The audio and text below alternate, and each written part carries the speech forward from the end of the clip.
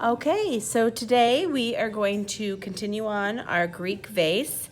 We painted last time. If for some reason you still need to paint, you need to do that first. I'll have hair dryers out so you can kind of dry it fast.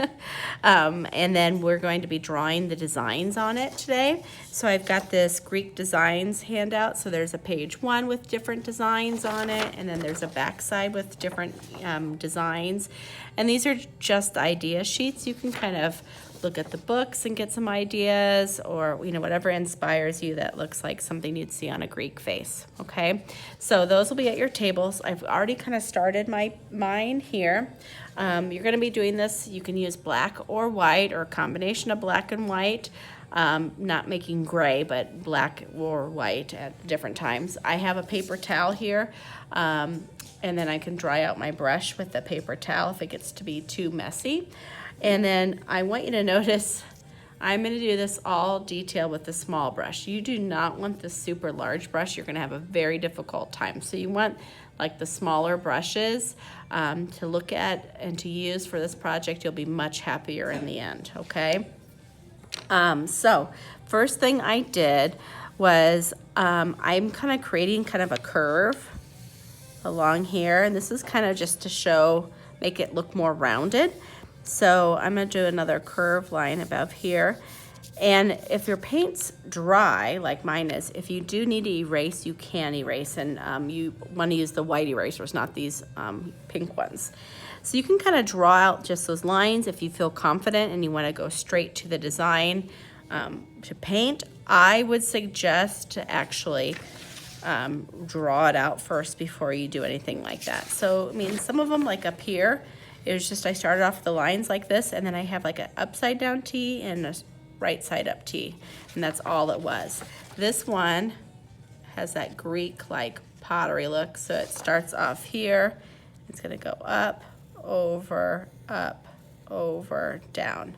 Then this next one starts right in here, up, over, down. Okay, and you just kind of repeat the design or the pattern. Okay.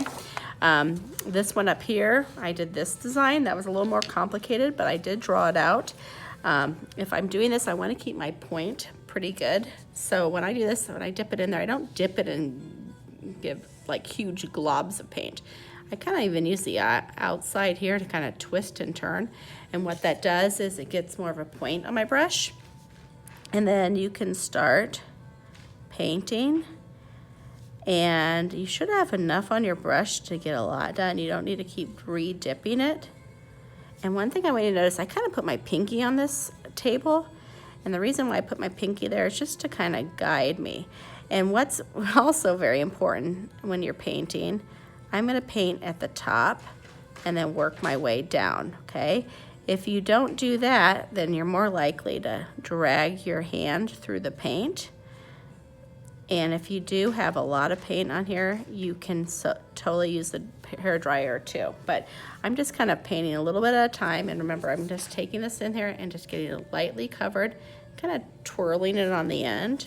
And until I do that, then I can go to this next one here and then go over it. If I need to move my paper, I can. Okay, dip it in there. Kind of curve it, turn it around a little bit. I'm going to go in that little space here, over, and then up, and then over. Okay. And if it's wiggly or wobbly, or that you made a little mistake, just let it dry. I mean, it's Greek pottery, so, this pottery is old. There may be chips out of it. Maybe you intended it to be that way. Who knows? If you want to do something even more complicated and do more like Greek mythology, you totally can do that. But it's just something you just take your time. I'm not racing to see who finishes first at my table. And I'm just going through here and just creating my little design. Just working a little section at a time. And this one, I'm not doing the whole drawing of it first.